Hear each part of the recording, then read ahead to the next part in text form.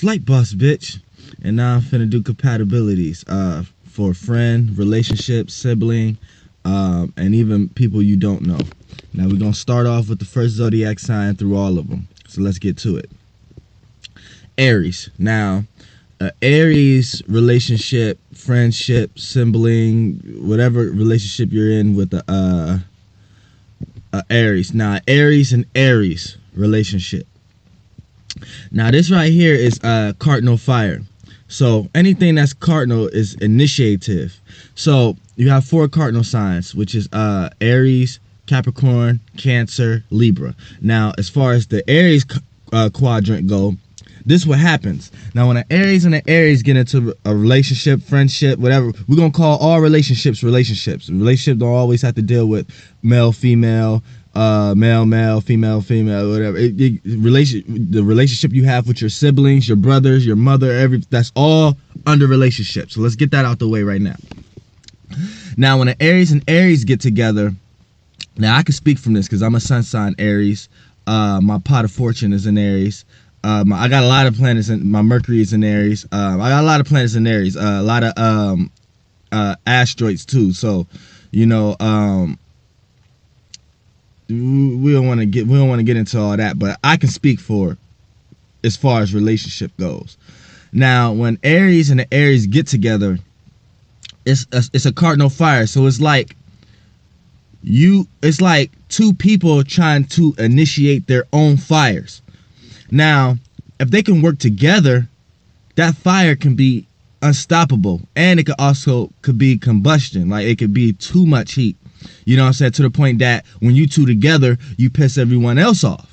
You know what I'm saying? Or when you two together, you could find natures of pissing each other off. But there's a common camaraderie there, understanding how you get on each other's nerves, so you'll be able to work around it.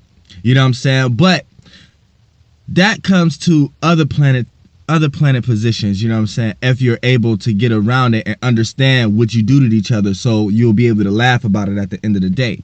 But the natural causes of it is 2 fires starting. And see, the difference between the Leo and the Aries is Leos know how to combine fires. You know what I'm saying? And Sagittarius, which is the other fellow fire sign, know how to spread it.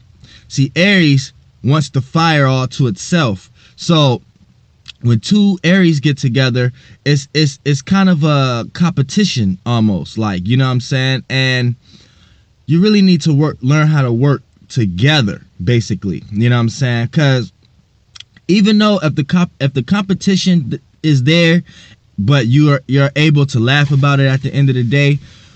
See, when you build on that and build on that kind of relationship, it's always better as to be friends and to be distance, like to give each other space.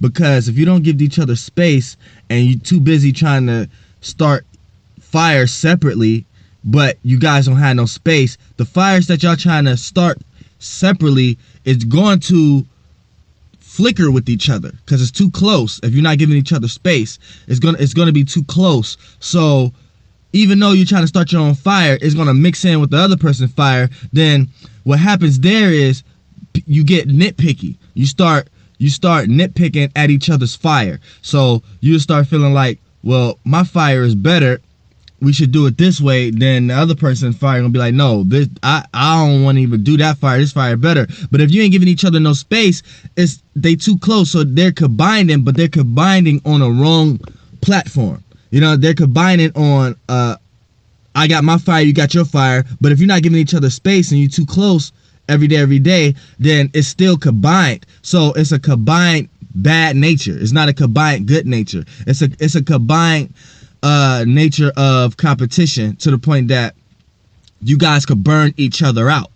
Now, the good part about this is that both of you guys gonna know where you stand, because when you try to start your fire, the other person understands that, and the way they're gonna feel is, I need to start my own fire. So how this plays out, it may play out through friendships. Like, you may have your group of friends, and then your Aries partner who you in a relationship with may feel like they need as many friends as you, or they're going to start to feel vulnerable. You know what I'm saying? Then that comes from that goes tit for tat. You know what I'm saying? Then it's not all bad though. See, Aries have a lot of negative annotation about itself because it rules the first house. So anything that deals with Aries, if you have an Aries person around you, they're able to teach you about yourself.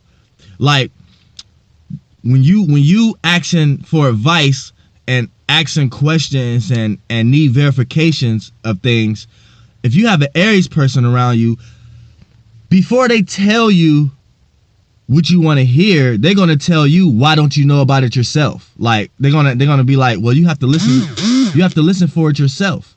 You know what I'm saying? Or they're gonna tell you that you need to experience a little more. It's all about the self, and they don't understand people who need advice from others.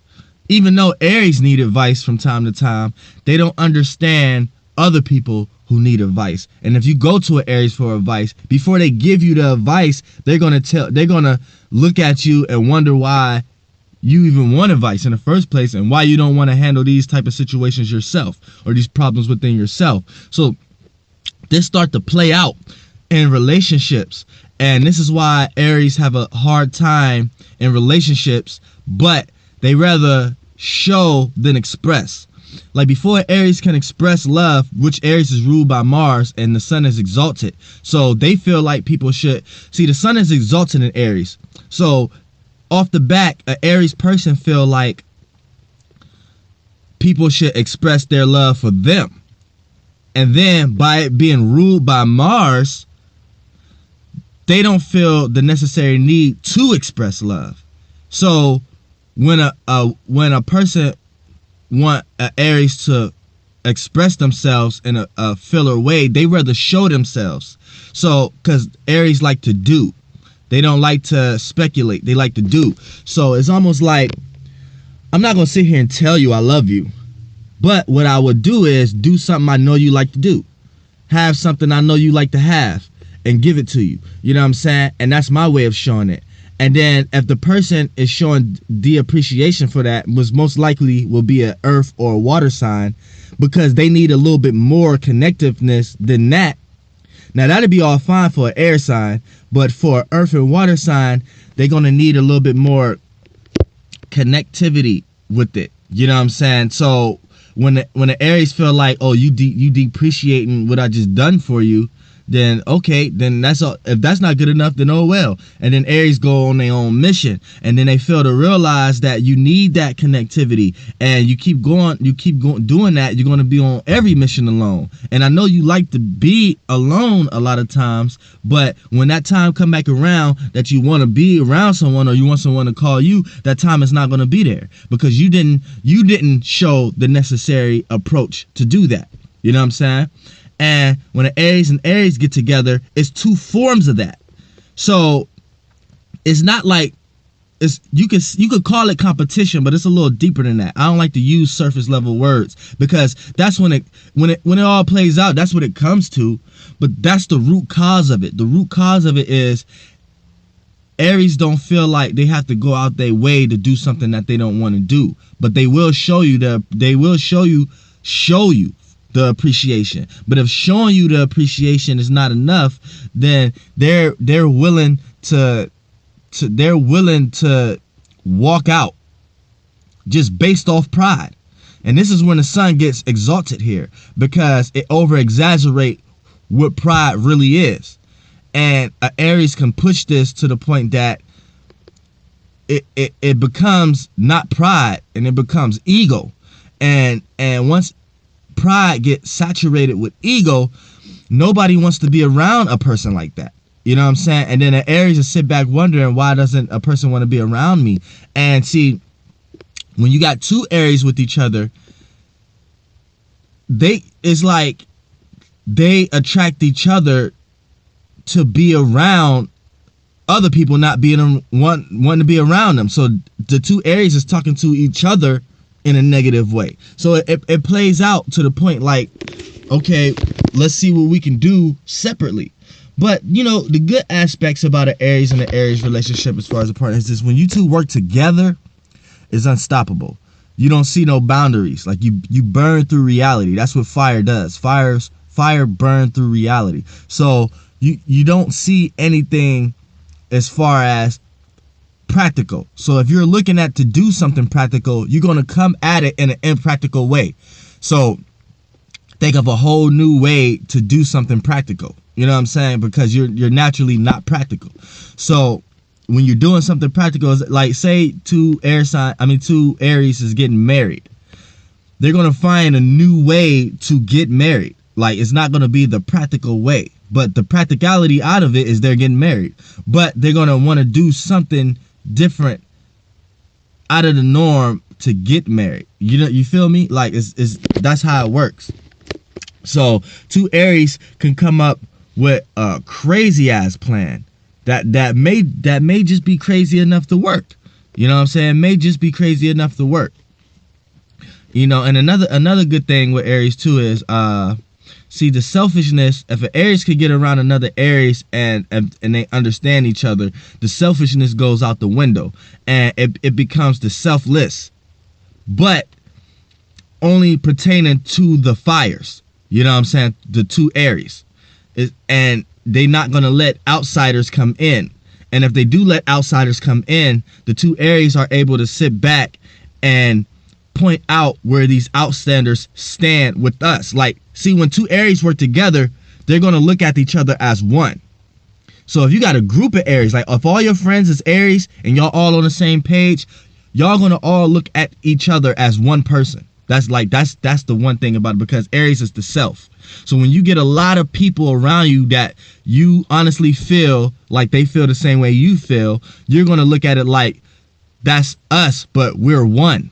You know what I'm saying? So any other person or any other entity that come in, you guys are going to look at it as one. When you around a person and that's not an Aries and you're not around your fellow Aries, you're going to always draw back to your fellow Aries to speculate the interactions you had with this other person. You know what I'm saying? So that's the good thing about Aries. Like as a team, it's unstoppable. You'll be able to break through all boundaries. You know what I'm saying? But as a smolder, like not giving each other the proper space, it can become a nitpicking type situation to the point that you guys, it could be it could be real heated to the point that you won't come to a conclusion because one person is not willing to kneel down to the other person's perspective. But if you could join perspectives, that could, awesome. And the good thing about having your own perspective on things, though, is you would never need advice, or when you do get advice, you're able to take advice and incorporate it into how you're thinking, and it can only help. It won't hinder. You know what I'm saying? Because you have your own mind. So, you know, that's an Aries and Aries relationship right there. And I want to speak a lot more about this. I could go on and on, but YouTube had took down my more than 15-minute video structure, so I don't know why. I had a few copyright issues, and I don't know how that trickled down to limited times on videos, but whatever. Flight boss, bitch.